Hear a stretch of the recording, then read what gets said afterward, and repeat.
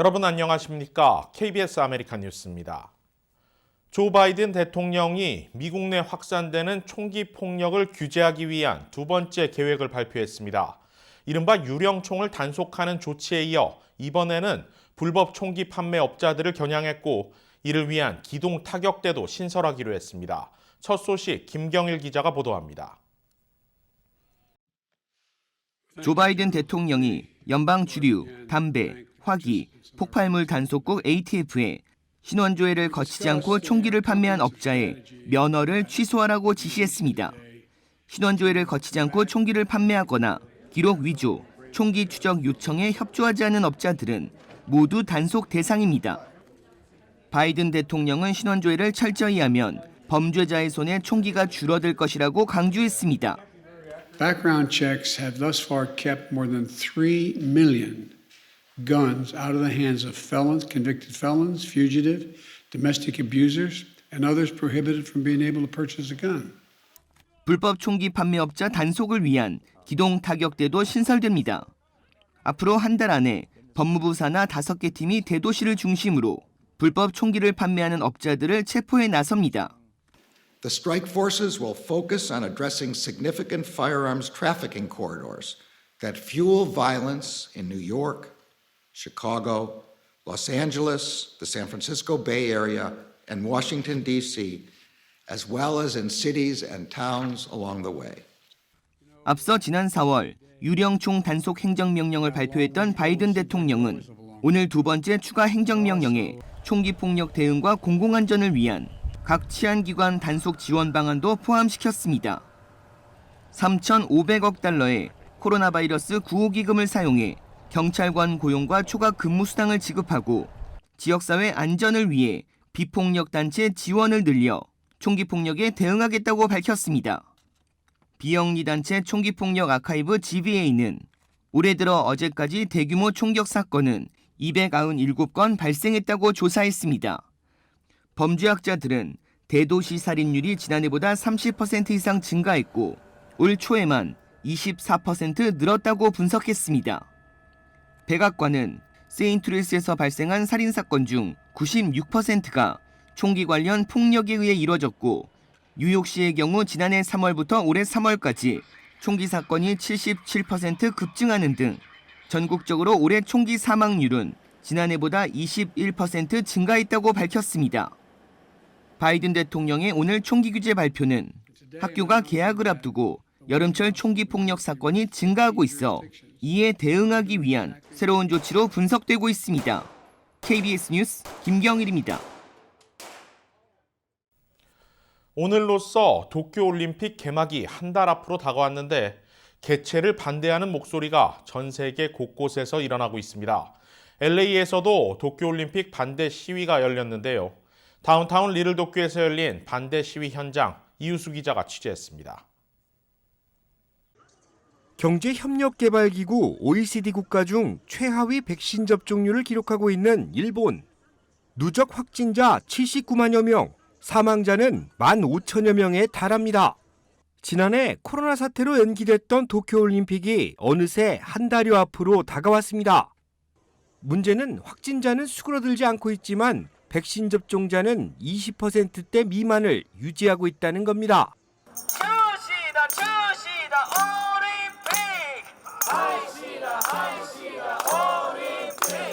도쿄올림픽 개최를 우려하는 목소리가 점차 높아지고 있는 가운데 이곳 LA 다운타운 리틀도쿄에서는 올림픽 개최를 반대하는 집회가 열렸습니다.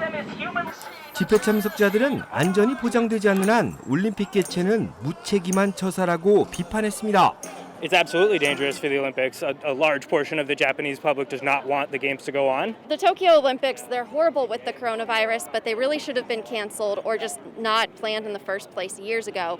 집회 현장에는 일본계 미국인을 포함한 다인종 시민들, 어른과 아이 할 것 없이 모두 모였습니다. 이들은 리틀도쿄 중심가를 행진하며 도쿄올림픽 철회를 요구하는 목소리를 높였고 시민들은 이들을 지지했습니다. 집회 참석자들은 국제올림픽위원회를 강하게 비판했습니다. 자본주의 늪에 빠져 대회를 강행시키는 것은 옳지 못한 처사라고 지적했습니다. fuck the IOC. I mean, they're all a bunch of criminals. Some of them, I mean, like Henry Kissinger, he's a part of it. He's a war criminal. The IOC is an extremely corrupt and disgusting organization that has done this time and time again. They put profits over people wherever they go. 일본 국민의 65%, 전 세계 인구의 90% 상당이 도쿄올림픽 개최를 강하게 반대하고 있습니다. 전 세계에서 이를 반대하는 운동이 연일 펼쳐지고 있지만 일본 정부와 국제올림픽위원회는 묵묵부답입니다. 전 세계에서 연일 이어지고 있는 반대 집회가 한 달여 앞으로 다가온 도쿄올림픽을 철회시킬 수 있을지가 관심입니다. KBS 뉴스 이우수입니다. 해외 백신 접종자들의 한국 입국 시 자가격리 면제 신청과 관련한 추가 사항이 나왔습니다. 신청은 출발 지역을 기준으로 관할 공간에서만 격리 면제 신청이 가능하고 항공권 소지자에 한해 7월 이전 사전 신청도 가능하게 될 전망입니다. 애틀랜타 총영사관을 비롯한 미주 제외 공관은 어제자 공지를 통해 공관 관할 지역의 공항이 최초 출발지일 경우 해당 공관이 격리 면제서를 발급한다고 밝혔습니다.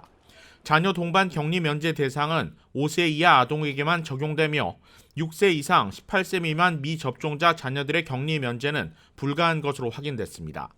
신청 접수는 이메일이 원칙이며 각 지역 공관마다 접수 이메일을 발표할 예정입니다. 아직 LA 총영사관의 경우 접수 이메일을 발표하지 않았습니다. 7월 1일 시행 이전에 사전 신청 접수도 이뤄질 예정입니다. 오늘 샌프란시스코에서 이수혁 주미대사 주재로 열린 미국 지역 총영사 회의에서 이같이 결정된 것으로 알려졌는데 자세한 일정과 신청 방법은 공간별로 다를 수 있습니다. 현재까지 알려진 바에 따르면 7월 1일부터 5일 사이 항공권 구매자에 한해서만 6월 28일부터 사전 신청 접수가 가능한 것으로 알려졌습니다. 한편 격리 면제 신청과 관련해 오늘 샌프란시스코 총영사관은 유튜브 채널을 통해 온라인 설명회를 개최했고 LA 총영사관은 내일 관련 세부 사항을 기자회견을 통해 발표할 예정입니다.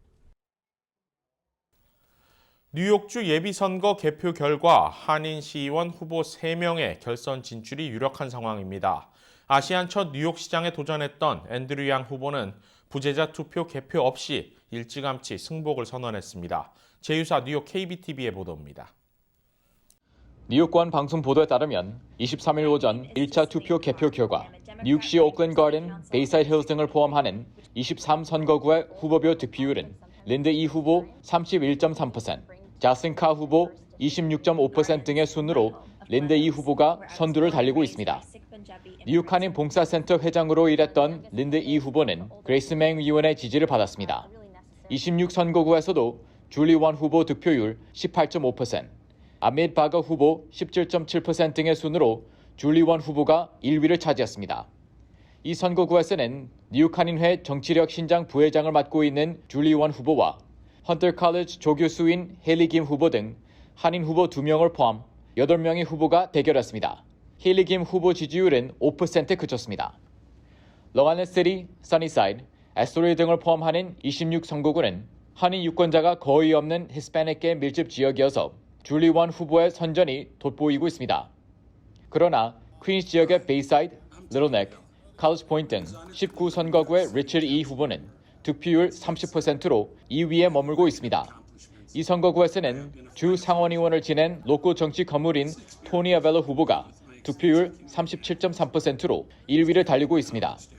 중국계 유권자가 많은 플러싱과 머리힐 일대 20선거구에는 진보 성향의 정치인 존 최 후보가 중국계 샌드라 엉 후보와 대결했는데 샌드라 엉 후보가 24.3%의 지지율로 선두를 달리고 있습니다. 존 최 후보 지지율은 16.6%로 3위에 그쳤습니다. 이 선거구에서는 그레이스 맹 의원 보좌관 출신으로 퀸즈 민주당의 지지를 받고 있는 중국계 샌드라 엉 후보의 당선이 유력시되고 있습니다. 한편 10명의 후보가 출마한 뉴욕시 감사원장 선거에서는 선거 초기부터 민주 진영의 압도적 지지를 받아온 시의회 의원인 브래드 랜더 의원이 31.5% 득표로 큰 차이로 1위를 차지했습니다. 뒤이어 코리 존슨 시의회 의장이 22.6%로 2위, 전 CNBC 앵커 미셸 카루스 카브레라가 14%로 3위를 차지했습니다. KBTV 뉴스 이창원입니다. 오늘 오전 워싱턴 DC에서 다리가 무너져 최소 5명이 다쳤고 플로리다에서는 소녀 2명의 시신이 발견됐습니다. 미국 내 사건 사고 소식 박시문 기자가 전합니다. 워싱턴 DC에서 육교가 붕괴돼 최소 5명이 부상을 입었습니다. 현지 시간 오늘 오전 11시 50분쯤 워싱턴 북동부에 위치한 295번 고속도로 선상에서 달리던 트럭이 다리에 부딪혔고 이로 인해 교량이 느슨해지며 무너졌습니다. 붕괴로 인해 다리 아래에 있던 차량들이 서로 충돌 사고를 내며 인명피해가 일어났습니다. 현재 5명의 부상자들은 병원으로 이송됐으며 생명에는 지장이 없는 것으로 알려졌습니다. 플로리다에서는 몇 시간 간격으로 2 소녀의 시신이 발견됐습니다. 어제 오후 플로리다 로더데일 인근 콘도 단지 밖에서 10세에서 13세로 보이는 소녀의 시신이 발견됐으며 몇 시간 후 이곳에서 멀지 않은 장소에서 또 다른 소녀의 시신이 발견됐습니다. 첫 번째 소녀의 경우 별다른 외상이 보이지 않았고 두 번째 시신은 오랜 시간 물속에 잠겨 있었던 것으로 나타났습니다. 경찰은 소녀들의 시신 발견을 살인사건으로 결론짓고 수사를 진행 중이며 아직까지 이 지역에서 자녀들의 실종 신고는 없는 것으로 알려졌습니다. LA 한인타운 인근 피코리베라에서는 40마리의 소떼가 도살장을 탈출했습니다. 신고를 받고 출동한 경찰은 이 중 38마리를 찾아 도살장으로 돌려보냈고 나머지 2마리 중 1마리는 인근 주민에게 위협을 가하다가 경찰이 쏜 총에 맞아 사살됐습니다. 아직까지 나머지 1마리는 찾지 못하고 있는 것으로 알려졌습니다. 오레곤에서는 애완용으로 키우던 침팬지가 주인의 딸을 공격해 출동한 경관에 의해 사살당했습니다. 지난 일요일 오후 68세의 타마라 씨가 17년 동안 키우던 벅이라는 이름의 침팬지는 갑자기 타마라 씨의 딸을 물기 시작하며 공격성을 보이기 시작했습니다. 신고를 받고 출동한 셰리프 경관은 결국 벅을 사살했고 피해자는 인근 병원으로 옮겨졌습니다. 경찰은 어떤 경로로 사살된 벅이 타마라 씨와 함께 살게 됐는지에 대한 수사에 들어갔으며 타마라 씨는 지난 2010년부터 2019년까지 목장을 운영하며 학대 또는 방치된 동물들을 키우고 있었던 것으로 드러났습니다. KBS 뉴스 박시문입니다. 한인타운 청소년회관 KYCC가 캘리포니아주 상하원 의원실에서 선정하는 올해의 비영리 단체 중 한 곳으로 선정됐습니다. 한인타운을 관할하는 미겔 산티아고 캘리포니아주 53지구 하원의원실은 한인타운 청소년회관 KYCC를 관할 구역 내 최우수 비영리 단체로 선정했다고 밝혔습니다. 의원실은 KYCC가 코로나19 확산 이후 지역사회 봉사에 앞장서 왔고 아시안 증오범죄 예방과 근절 등 인권 문제에 발빠르게 대처하는 등 한인 커뮤니티를 대표하는 비영리 기관으로서 모범을 보였다며 선정 이유를 밝혔습니다. KYCC는 지난 1975년 LA 지역에서 위험에 노출된 청소년들을 위해 설립된 이후 현재까지 교육과 보건, 주거와 환경, 창업 등 다양한 분야에서 청소년과 가족들을 지원하고 있습니다. 캘리포니아주 상하원 의원실은 매해 각 관할 지역 의원들이 모두 100여 개의 최우수 비영리 단체를 선정해 기념하고 있습니다. 캘리포니아 비영리협회 젠 마사오카 대표는 올해는 코로나 팬데믹과 자택 격리로 일선에서 드러내지 않고 커뮤니티를 위해 봉사하는 단체들의 역할이 크게 부각됐다고 설명했습니다. LA 한국문화원은 2021 한국 문화가 있는 날 6월 행사로 한국 전통 혼례와 한복을 소개하는 온라인 행사를 개최합니다. 문화원이 준비한 전통 혼례와 한복 온라인 행사에서는 외국인 신랑 신부 모델이 출연해 전통 혼례를 직접 올려보고 유래와 역사, 절차, 혼례에 입는 한복의 종류와 명칭 등을 내레이터의 설명과 함께 소개할 예정입니다. LA 한국문화원은 한류 문화 확산에 기여하고 오랜 한국의 전통 문화를 타 커뮤니티에 알리기 위한 목적으로 매달 주제를 달리해 한국 문화가 있는 날 행사를 개최하고 있습니다. 이번 온라인 행사는 문화원 홈페이지와 페이스북, 유튜브, 인스타그램 등을 통해 소개됩니다. KBS 아메리칸 뉴스는 시청자들의 의견을 소중히 생각합니다. KBS 아메리칸 뉴스 마칩니다. 고맙습니다.